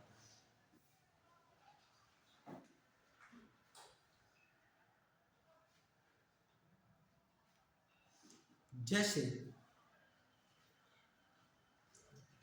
$1 बराबर 81 रुपया। $1 बराबर कितना? 81 रुपया। डॉलर कैसी मुद्रा है? चीप मनी है या हॉट मनी, हार्ड मनी है? डॉलर चीप मनी है या हार्ड मनी है? हार्ड मनी है, कठिन मुद्रा है। कठिन मुद्रा किसे कहते हैं? ऐसी मुद्रा जिसको आसानी से प्राप्त ना किया जा सके और उसके मूल्य में दिन प्रतिदिन कैसी हो? वृद्धि की प्रवृत्ति पाई। तो आप देख रहे हैं अने रुपए के सापेक्ष डॉलर का मूल्य दिन प्रतिदिन क्या होता जा रहा है? बढ़ता जा रहा है। और रुपए का मूल्य क्या होता जा रहा है? अब हम लोग इसी चीज को समझेंगे। सबसे पहले तो विनिमय दर तो समझ लिया। अब यहाँ पे देखेंगे मुद्रा, यानी आप लोग अक्सर सुनते होंगे, अब देखिए हेडिंग डालिएगा मुद्रा का अवमूल्यन, डिवैल्यूएशन। आपने मुद्रा का अवमूल्यन, डिवैल्यूएशन।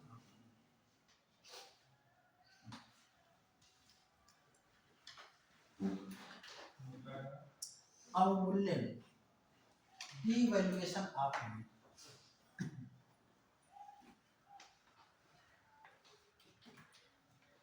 आप लोगों ने अक्सर देखा होगा कि पेपर में आता है रुपया कमजोर हो गया। क्या कहते हैं? रुपया कमजोर। देखते हैं रुपया मजबूत हो गया, देखा ना?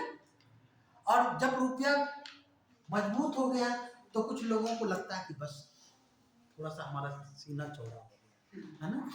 और कमजोर हो गया तो कहते हैं क्या होता है, ठीक है ना? ये रुपया कमजोर होता है, मजबूत होता है, इसका इम्पैक्ट हमारी इकोनॉमी पर क्या पड़ता है उसे हम लोग समझेंगे, ठीक है ना? तो सबसे पहले तो हम लोग देखें मुद्रा का अवमूल्यन, ठीक है ना? मुद्रा का अवमूल्यन किसे कहा जाता है? कौन बताएगा? कोई है? What is the devaluation of money? देखिएगा, चलिए मुद्रा का अवमूल्यन देखिएगा, जब किसी देश के द्वारा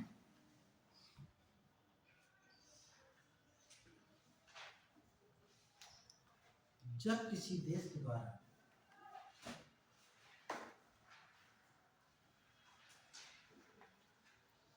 जब किसी देश के द्वारा अपनी मुद्रा का मूल्य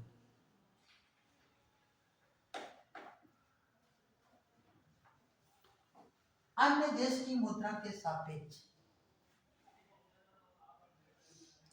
अन्य देश की मुद्रा के सापेक्ष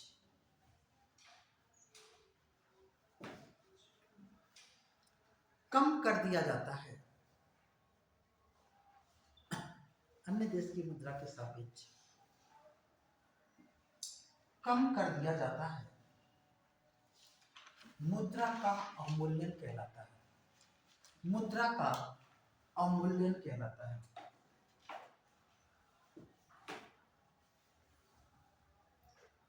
मुद्रा के अवमूल्यन से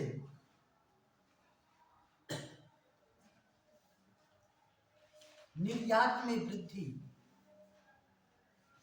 मुद्रा के अवमूल्यन से निर्यात में वृद्धि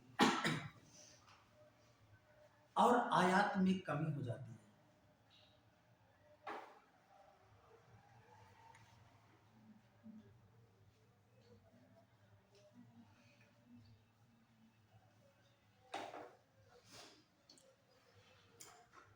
जैसे मान लीजिए हम $1 बराबर कितना होता है? 80 रुपए। एक ऐसी यूनिट लेते हैं जिससे कैलकुलेशन करने में। $1 बराबर कितना है? 80 रुपए। एक क्या है? डॉलर के सापेक्ष रुपए की विनिमय दर है, यही ना भाई? अब ध्यान रखें, अब भारत सरकार ने क्या किया, अपनी मुद्रा का अवमूल्यन कर दिया, मतलब अपनी मुद्रा की वैल्यू कम कर दी। जब अपनी मुद्रा की वैल्यू कम कर दी तो क्या होगा, ध्यान रखिएगा, $1 बराबर अब कितना हो जाएगा, 90। कितना, 90। भाई डॉलर तो उतना ही है, पहले हम 80 रुपए देते थे, अब 90 दे रहे हैं, इसका मतलब वैल्यू किसकी कम हुई, रुपए की, क्योंकि हम डॉलर के तुलना में हम ज्यादा भुगतान कर रहे हैं, तो इसलिए रुपए की क्या हुई, वैल्यू कम।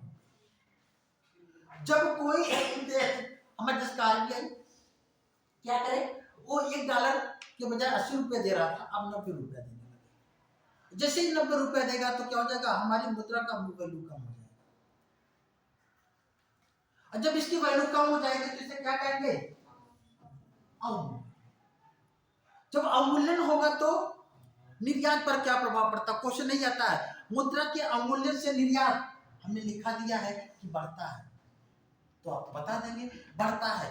मुद्रा के अवमूल्यन से आयात पर क्या प्रभाव पड़ता है, कम हो जाता है। कैसे, इसको समझिए। देखिए पहले क्या होता था, $1 बराबर जब 80 रुपए था तो कोई विदेशी आता था $1 लेकर के, और जब $1 लेकर के आता था वो डॉलर देता था हमारे देश के RBI को, और RBI से कितना लेता था, कितना रुपए लेगा, कितना लेगा भाई, हम कम सुनते हैं, कितना लेगा, 80 रुपए, ठीक है ना, 80 रुपए लिया उसने, और भारतीय मार्केट से कितनी वस्तुओं को खरीदेगा, 80 रुपए की वस्तुओं को खरीदेगा, खरीदेगा ना। अब क्या होगा, मुद्रा का अवमूल्यन हो गया, वो लेकर के आए $1, अब उसे RBI कितनी देगी, 90 रुपया, कम देगी कि ज्यादा दिया, ज्यादा दिया ना, 80 के बजाय 90 रुपया दिया। अब वो भारतीय बाजार में आएगा तो कम वस्तुओं को खरीदेगा कि ज्यादा, जब ज्यादा खरीदेगा तो उसको भारत की वस्तुएं क्या लगेंगी, सस्ती लगेंगी, वो खुद ज्यादा खरीदेगा और पड़ोसियों को भी लेकर के आएगा, कहेगा चलो इंडिया में सामान सस्ता होगा। जब इस तरीके से सामान सस्ता हो गया विदेशियों की दृष्टि से, तो हमारे देश का क्या होगा, निर्यात बढ़ने लगेगा, क्योंकि लोग भारतीय वस्तुओं को खरीदने लगेंगे। इसलिए मुद्रा के अवमूल्यन से निर्यात क्या होता है, निर्यात क्या होता है, बढ़ता है, आयात कम हो जाता है। आयात कैसे कम होता है, मान लीजिए अभी आपको अमेरिका से या किसी भी देश से $1 का सामान लेना है, कितने का, $1 का। अब $1 का सामान लेना था तो हमने अभी तक 80 रुपए का भुगतान किया था, पहले कितना किया था, 80 रुपए। अब मुद्रा का अवमूल्यन हो गया तो अब $1 का सामान लेने के लिए कितना भुगतान करना पड़ेगा, कितना, कम करना पड़ेगा कि ज्यादा, हमारे लिए वस्तु सस्ती होगी कि महंगी, और जब महंगी होगी तो कम खरीदेंगे कि ज्यादा, तो निर्यात कम होगा कि ज्यादा, कम हो जाएगा।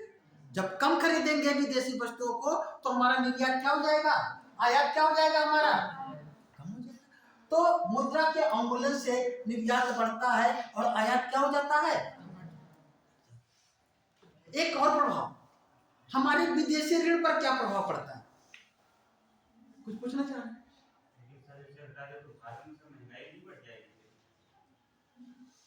मुद्रा के अवमूल्यन से भारतीय के आंतरिक मार्केट से कोई लेना देना विशेष नहीं होता। हाँ, इनडायरेक्ट अप्रत्यक्ष रूप से उसका प्रभाव पड़ेगा। क्या प्रभाव पड़ेगा, मुद्रा का अवमूल्यन होगा, वस्तुएं विदेशों में ज्यादा बिकने लगेंगी, तो हमारे देश से वस्तुएं कम होंगी, तो इनडायरेक्ट हमारे देश में महंगाई थोड़ी सी बढ़ सकती है, लेकिन एक प्रत्यक्षता इसका कोई भी रिलेशन नहीं। हो सकता है उत्पादन हमारे देश में बढ़िया हो रहा हो, उत्पादन पर्याप्त हो रहा हो, ठीक है ना, निर्यात बढ़ रहा है लेकिन उत्पादन भी बढ़ रहा है, तो कोई फर्क प्रभाव नहीं पड़ेगा, ठीक है ना। इनकी चलिए विदेशी ऋण पर क्या प्रभाव पड़ेगा, घटेगा कि बढ़ेगा,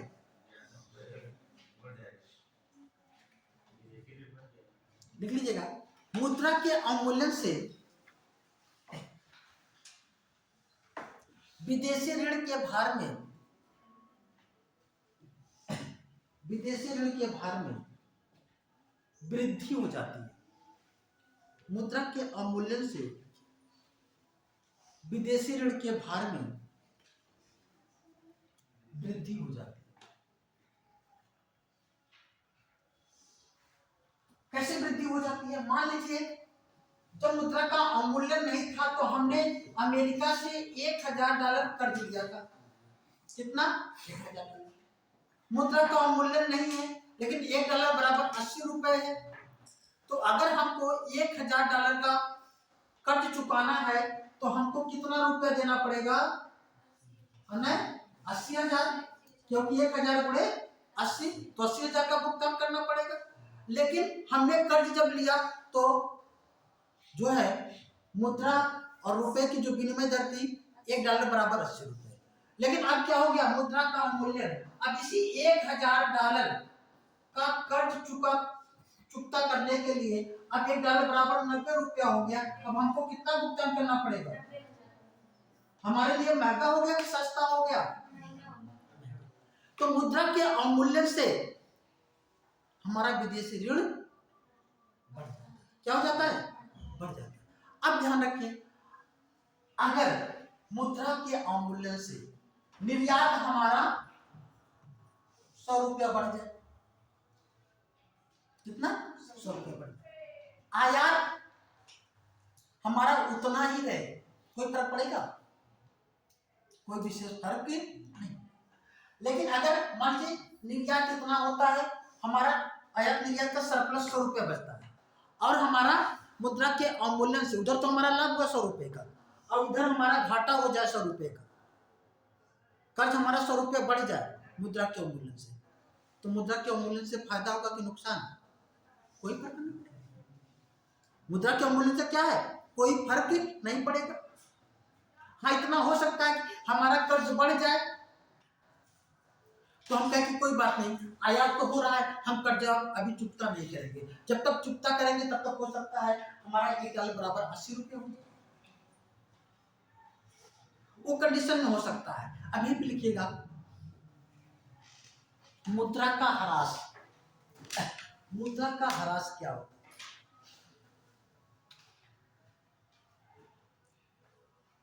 लिखिएगा, जब अंतरराष्ट्रीय बाजार में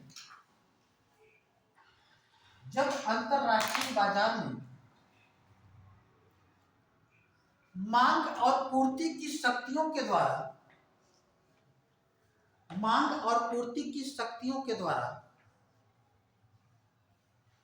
मुद्रा का मूल्य कम हो जाए, मुद्रा का ह्रास इंग्लिश में कहते हैं डिप्रिसिएशन ऑफ मनी। मुद्रा का ह्रास ब्रैकेट में डिप्रिसिएशन ऑफ मनी कहा जाता है।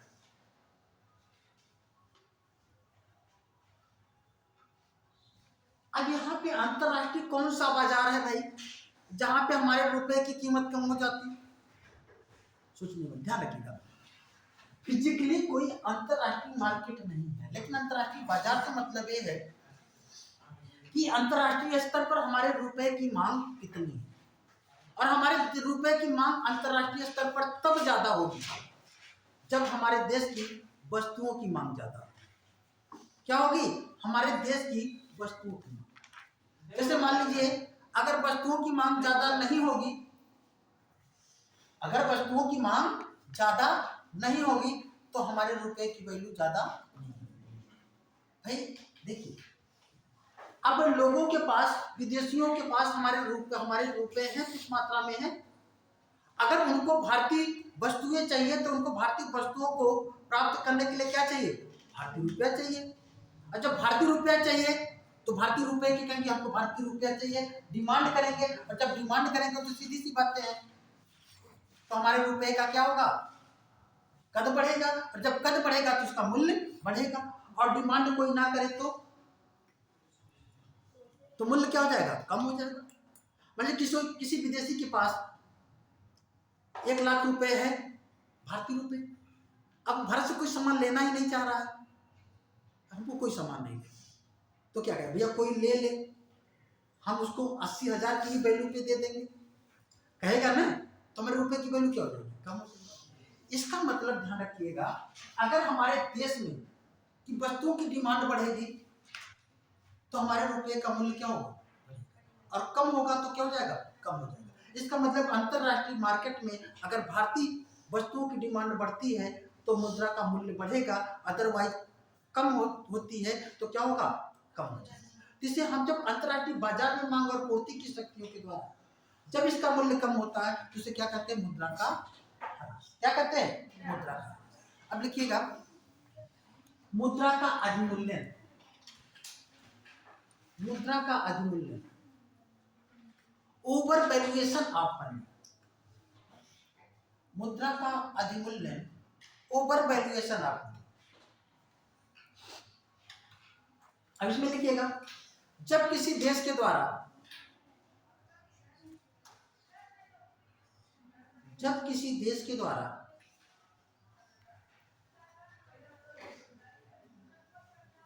जानबूझकर अपनी मुद्रा का मूल्य बढ़ा दिया जाता है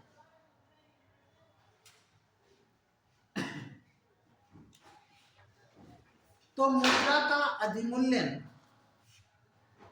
तो मुद्रा का अधिमूल्यन, इंग्लिश में जरूर शब्द लिखिएगा, ओवर वैल्यूएशन ऑफ मनी। अधिमूल्यन, ओवर वैल्यूएशन ऑफ मनी। एवं जब मांग और पूर्ति की शक्तियों के द्वारा, मांग और पूर्ति की शक्तियों के द्वारा मुद्रा का मूल्य, मांग और पूर्ति की शक्तियों के द्वारा मुद्रा का मूल्य बढ़ जाता है तो, बढ़ जाता है तो मुद्रा का अधिमूल्यन, हिंदी में अधिमूल्यन ही लिखेंगे, मुद्रा का अधिमूल्यन, इंग्लिश में लिखेंगे एप्रिसिएशन ऑफ मनी। इंग्लिश में इसके लिए लिखेंगे appreciation of money, appreciation of money. मुद्रा का अधिमूल्यन कहलाता है, मुद्रा का क्या कहलाता है, अधिमूल्यन। इस चीज को समझिएगा, हिंदी में इन दोनों ही कंडीशन के लिए जब मुद्रा का मूल्य बढ़ता है तो एक ही शब्द का प्रयोग होता है, मुद्रा का अधिमूल्यन। लेकिन इंग्लिश में इन दोनों कंडीशनों के लिए दो शब्द का प्रयोग होता है। जब कोई देश जानबूझ करके बढ़ाता है तो उसे ओवर वैल्यूएशन कहते हैं। क्या कहते हैं, ओवर वैल्यूएशन। और जब मांग और पूर्ति की शक्तियों के द्वारा बढ़ जाता है, जैसे मांग और पूर्ति की शक्तियों के द्वारा कम हो गया तो मुद्रा का ह्रास, और मुद्रा क्या मांग और पूर्ति की शक्तियों के द्वारा बढ़ जाता है तो मुद्रा का अधिमूल्यन। और वहां पे तब इंग्लिश में शब्द प्रयोग करते हैं एप्रिसिएशन। अगर ये कहा जाए अने मुद्रा का अधिमूल्यन होता है तो आपको यहाँ इस शब्द को ध्यान में रखना होगा, इंग्लिश वाले वर्ड को वो ओवर वैल्यूएशन की बात कर रहा है या एप्रिसिएशन की बात कर रहा है। बात समझ में आ रही है? तो उसे क्या करते हैं, मुद्रा का अधिमूल्यन। देखिएगा, मुद्रा के अधिमूल्यन से, मुद्रा के अधिमूल्यन से अवमूल्यन तक ठीक अपोजिट होता है। मुद्रा के अधिमूल्यन से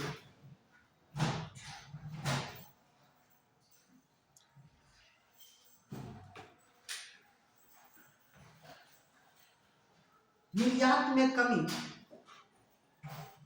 और आयात में वृद्धि हो जाती है,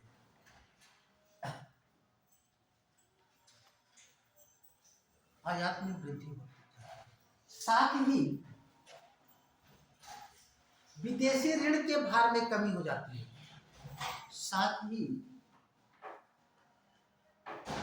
विदेशी ऋण के भार में कमी हो जाती है, विदेशी ऋण के भार में कमी। चलिए हेडिंग डाल करके छोड़ दीजिए, अगली क्लास में हम लोग देखेंगे भारत में मुद्रा का अवमूल्यन, भारत में मुद्रा का अवमूल्यन, जे वक्र वगैरह के बारे में हम लोग बात करेंगे अगली क्लास में जो रह गया है। और भी बहुत कुछ चीज़ों के बारे में हम लोग देखेंगे, ठीक है ना। तो आज की क्लास यहीं तक रहेगी। इसको बेटा बंद